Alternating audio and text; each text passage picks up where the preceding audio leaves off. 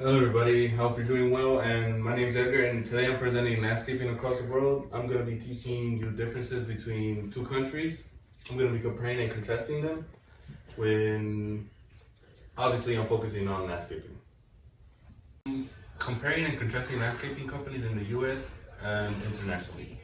The country I chose to compare to the US would be Spain. Some of you may ask yourself, what is landscaping? Well, landscaping is the process of making a yard, front yard, backyard, a flower beds, or a piece of land, all like designed full with flowers, trees, rocks, whatever you may like.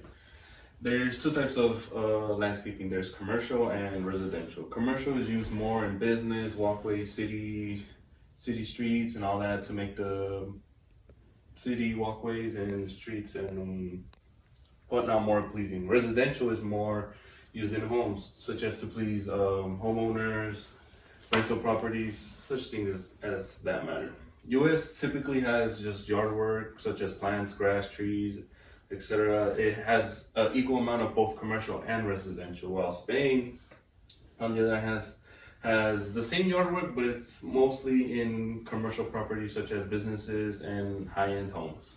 Right. The two companies I've chosen for the US, I've chosen Ravenscourt Landscaping and Design, and for Spain, I chose Los Castaños Jardinería.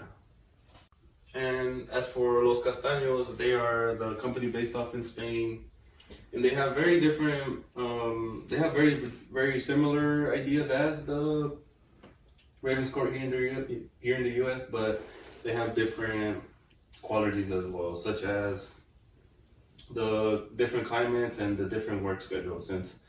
Since the climate is very different from Spain and in the US, the Spain has very hot and dry summers and cold and rainy winters, where the US has different types of climates depending on the region you're focusing on. But in Houston, they have very hot and dry summers as well, and very cold winters as well. And they do pretty much the same designs. As you can see here, they have a bunch of flowers, rocks, walkways, trees.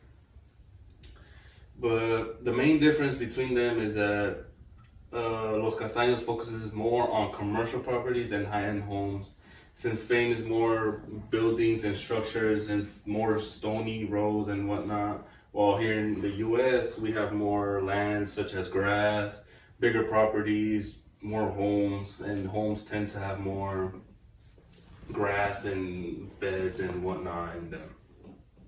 Now, as for regional differences, in Spain, people with accents are treated equally, since many Spanish people live in regions where other native languages are spoken, such as Catalan, Valencia, Galician, and Basque.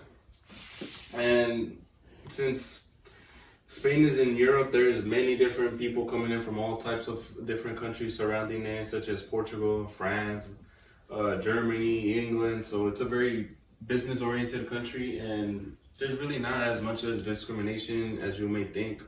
And it's really different from the US, as where in the US, speakers of the standard dialect are rated higher than non-standard speakers, such as someone that has an accent will be treated and given a different job, a much lower level job, than someone with a very fluent in English dialect. And that's the big main difference between them, since I believe Spain is in Europe and they're more, I guess you can say, more comfort with the European countries, and US is more, I guess, conservative. As for customs and behavior in Spain, customs and behavior in business, appointments are mandatory. You should always arrive on time. That's not really different from the US. In the first meetings, they're generally formal. They're more relaxed. You get to know the people that you're talking to. So you shouldn't be really surprised if no business is actually conducted. It's really normal for them. They try to get to know you more. They try to be really comfortable with you. And then in the next meeting, that's when the real business starts.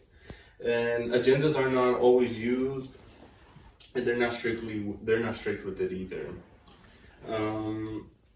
Make sure you have your printed material is available in both Spanish and English, just in case you have people that don't understand English well, or you don't understand Spanish well. And since not all business people speak English, it's better to hire an interpreter or try to gain up on your Spanish and learn a little bit while you're there. Several people in the meetings may speak at once, so you may be interrupted while you're speaking, although this should not be seen as an insult. It's just a way of being interested in what you're saying. So it's really like a conversation, if you can say. And decisions are not necessarily reached, and that is a good thing, since meetings are for discussions and to exchange ideas. So it's not the principle of the meeting, but just a way to get more ideas, more contribution with everybody.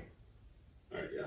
Now, as for the U.S., as many of us know, business is really important since everybody loves their money, and it's not very different from Spain. So, as you can see in Spain, the appointments are mandatory, just as here in the U.S.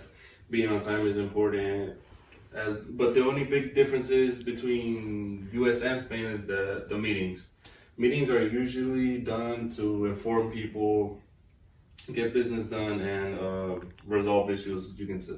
Resolve issues, as you can say. And agendas are very strict. People do not like to waste time at work. Time is money at work, and that's why they are very, very focused on their jobs and do not joke around. Unlike Spain, where they are more relaxed and just trying to get to know you in the first meeting. But